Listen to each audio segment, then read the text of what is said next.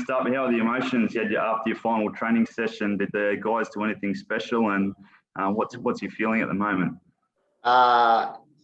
Yeah, privileged. Yeah. It was really nice.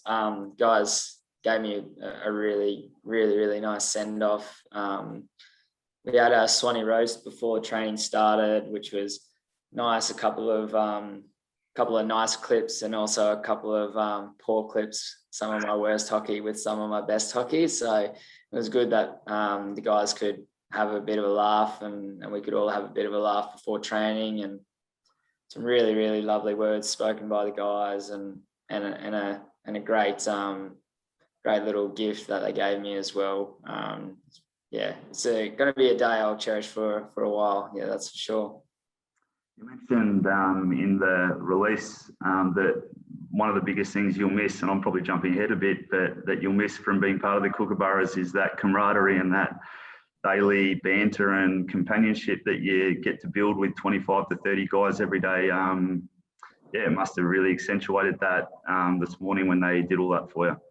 Yeah, no, definitely. I think I'm going to miss that the most for sure. And yeah, that actually proved it. We had a training session, and they organised that I take 2 shootouts against the goalies at the end of the training session. I slipped them a quick 50 so that they let me score both of them. So thanks to Tyler and Charts for that one. And then obviously when I scored, all the boys were just, it's like we won a tournament or something like that. They all jumped on me and, roughed the hair up, which I don't have, but no, it was good times. Speaking of Batchy, you're a bit like Eddie Ockenden in a way, in that you seem to just be like a red wine and getting better with age. Did you leave your best training session of your career until last? Yeah, I got up for today's match play, that's for sure. I was very keen to walk away with a final match play win. Yep. Every time the Cookers step on the pitch and there's any match play or any little game, you always want to win. So it was good fun. It was definitely good fun. The fact that you're leaving the Cookers, I mean, while you're still in outstanding form and your standards still so high, does that sort of add to the mixed emotions of what you've just of coming to your decision? Yeah. I know it's always hard. I think any time you've spent so long in one program and so long at the peak of your sport, it's tough to step down and tough to move on. It's going to be a decision that's going to could haunt me in the future, or it could it'll be a mixed bag of emotions going forward, that's for sure. But I made the decision for the right reasons, and I think I'd prefer to be leaving it on my own accord rather than being ushered out the door. So. No, it's a quality way to put it. 13 years as a Kookaburra, it's been such an enormous part of your life. How do you look back on it? Yeah, a lot of traveling, a lot of card games, a lot of hockey games, a lot of banter, a lot of video, a lot of training. It's just I'm very lucky, and I feel very privileged to be able to do this for such a long period of time, to be able to play for your country. Playing for your country for the first time is just as special as playing for your 204th time. And there's people in the game who have gone on to play even more games. And it's just, every time you step on the field when you're representing the Australian nation, it's very special. So it's something I'm going to miss. Timing's a bit of a thing sometimes, and I guess you were looking forward to finishing off with an Olympics before it got postponed this year. And it's been well publicised that the key reason that you're deciding to retire is the fact that you and your beautiful wife Rose are expecting your first child in early August. So that's such exciting news, but I mean, a lot of people will be asking, Swanee, how did you get the timing so wrong, Ace? Yeah, I know. It's sometimes you get lucky and sometimes you don't. We always wanted to start a family post the 2020 Olympics, and Yep. you know, we just said, oh well, we don't want to get any older, and we'll just try, and if it works, it works, and if it doesn't, then it doesn't. And yeah, we picked a bloody good day. Sometimes the best things you can't plan, so I reckon we just leave it like that. Yeah, exactly. It's very exciting times. On Sunday, you and Rose are packing up and driving from Perth to Mackay in Queensland. I know it's still the glory of what you're up to, and I don't want to go into too much because it's obviously not mine or anyone else's business. But I think Perth to Mackay in Queensland is about just under 5,000 kilometres as the crow flies, but you're doing the scenic route and taking your two dogs. It's going to be a bit of an adventure. Can you take us, what's the plan of attack? Yeah, well, just traveling, doing the normal travel up through Shark Bay and Exmouth and through to Karanjini and then up to Broome and through to Darwin and Kakadu and all that kind of stuff. And then Rose and my mum are getting the easy way back to the Queensland. They're going to take a flight from Darwin to Mackay, whereas my dad and I are going to do the do the journey across central Queensland. Hope we make it. So might be a few wrong turns taken. We don't know yet, but I reckon that last stretch of the trip is probably going to be the most dangerous with my old boy and me. Now, what are your plans for life after hockey? You're obviously preparing to have a child, and have you thought too much about what life's going to look like for Matt Swann without the Kookaburras? Oh, yeah, I'm not sure. I've just, I guess, no 5 a.m. starts for training. Don't have to worry about little niggle injuries anymore, and the pressure of, you know, rocking up and performing every single day. That would be nice. I think I'm going to get, I think I'm going to have ants in my pants pretty quickly, and I'm going to want to do something. So maybe I'll look into playing another sport, or, you know, doing a triathlon, or I don't know. I'm going to get, going to want to do something where I can keep that elite mentality with something. That might come around sort of early mid-September, just ahead of the Sultana Brand Hockey One League.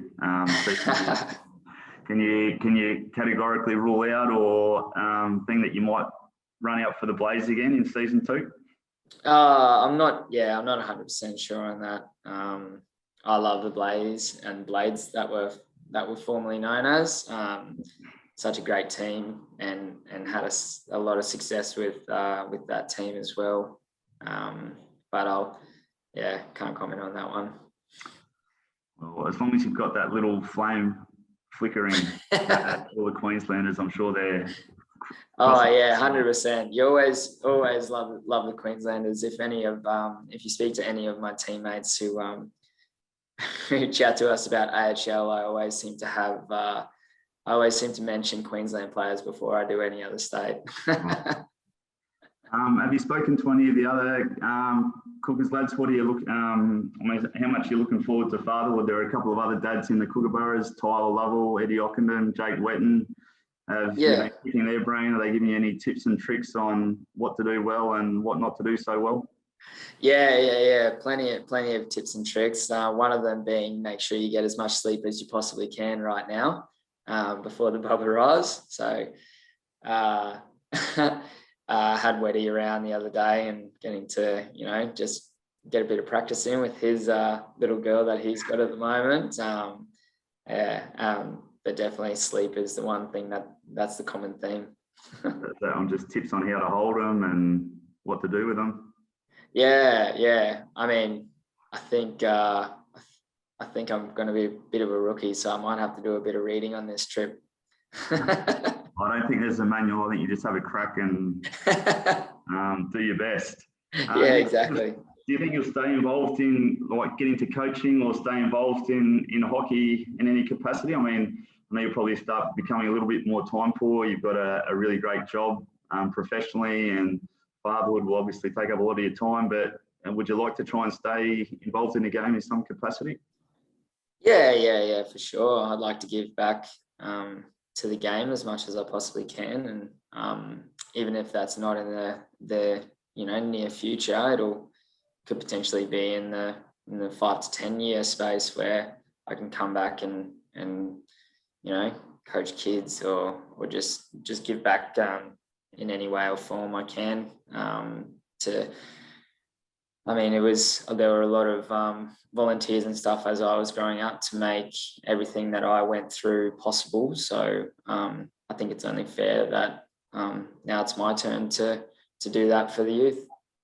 Oh, that'd be amazing. Imagine some of the kids and that if they saw Matt Swann out there running water for them or throwing balls at them or something like that. I'd probably be teaching them all the wrong skills, but all the flary stuff anyway. Being involved with the Cougars for 13 years, I guess who were some of your funniest teammates over that period, or who had some of the best yarns or stories in the change room over that time?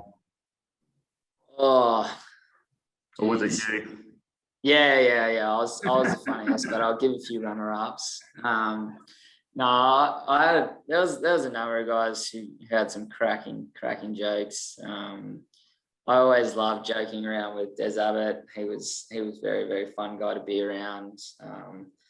Fergus Kavanagh was another guy, just really, really funny to be around. And then you have that's more of the older crew that I grew up at the start of my career. And then as I going into the new one, definitely Jeremy Hayward would be one of the funny guys around the group. He's always in either the butt of the joke or he's trying to make a joke. Maybe the the prior is more of it, but they're all each person's got their own humor, and if you learn to understand that humor, it can be good times all the time. Anyone who's played for the Kookaburras talks about how much of a unique and special team and group it is to be a part of. It's a bit putting on the spot, but what are three of the biggest things that you've taken from being part of being a Kookaburra for so long over your journey? Oh, yeah. I don't know, just friendships you get along the way, the international exposure that you get, so the ability to travel to different countries and compete over there, and then just the coming from a sport like hockey that's I guess reasonably small from a publicity point of view to when you go overseas and play over there, it's just incredible the reach that hockey has over in those other countries. And I think that's one of the things that you learn as when you step onto the international scene. Speaking of international scene, there was a question put by someone that we put out on social. So, what's your favourite career moment? Favourite career moment, individually or a team? Either or both. Favourite career moment would be winning the World Cup in 2014, for sure. And then probably individually, just one of the goals I've scored. There weren't many, so maybe the second one against England in 2010 Champions Trophy. That was pretty special. Can you describe it for us? So intercept at left half, and then a little jink and pass down to Des, who then ran the baseline, and then it was a rebound, and I just knocked in a one-time on the run. The whole time, our manager at the time, David Hatt, was saying, "Swanee, don't run forward, don't stop." And then I scored, and he's like, "Good work, Swanee." That's outstanding. I'm sure there are people watching this that'll remember that goal. Yeah. Yeah, that's unreal. What Batchy's been part of the group for guiding the Cookers for a little while now. He just seems to, I mean, the fact that you're in such good form and he's so complimentary of how the hockey that you're playing at the moment, but there just seems to be an amazing culture and dynamic around the group at the moment. Can you touch on, I guess, the impact that Colin's had on you personally and both in your hockey and in life in general? Yeah, Batchy's just an amazing manager of people, I think. I think that's something that I've found to be his best strength. He knows how to manage a group of guys and get them moving in the same direction. And he's very, very considerate to each individual's circumstances and situation that they are in. And I believe that care that he shows in relation to each person's individual aspirations, it only brings out the best in that person. So I can't thank him enough for the opportunities that he's given me and a couple of leniencies that he's given me being an older athlete. It's just been incredible to work with him, and I think the group is in a really good space. And he's we've got two fantastic assistant coaches, and we've got a great support staff around that. So Batchy's done well with the group that he's created.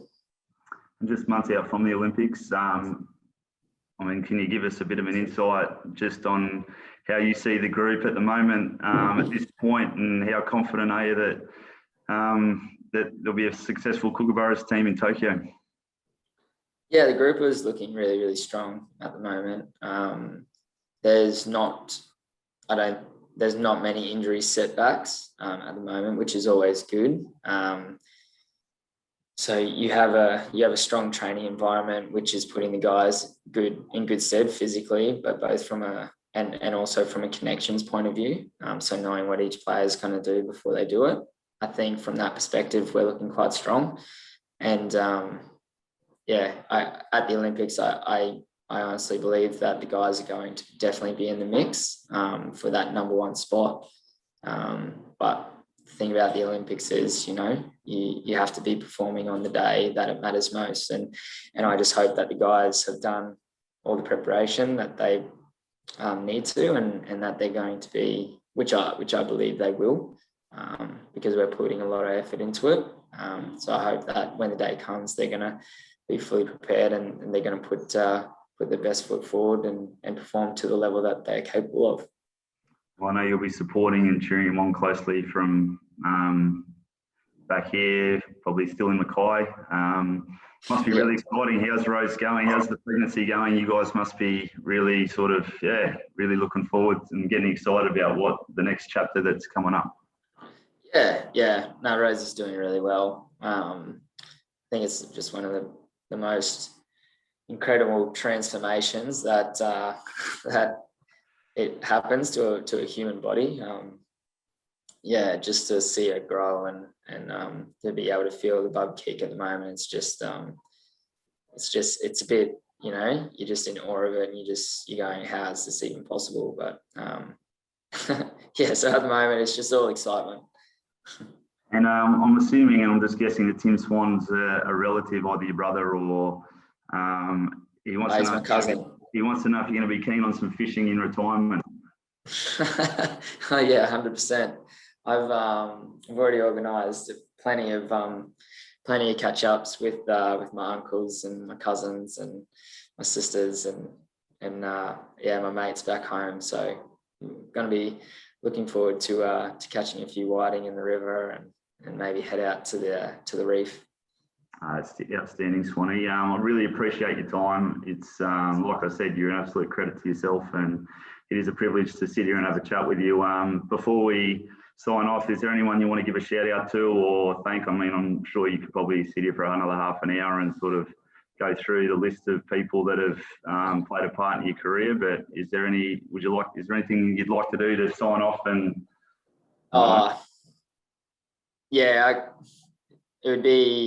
I'd forget someone or something like that. So I just want to thank everybody who's had an impact on my career, every club and association that has, given me the opportunity to perform at my best. And my family and friends, just can't thank them enough for the support that they've given me over this, over this career. So that's probably about it.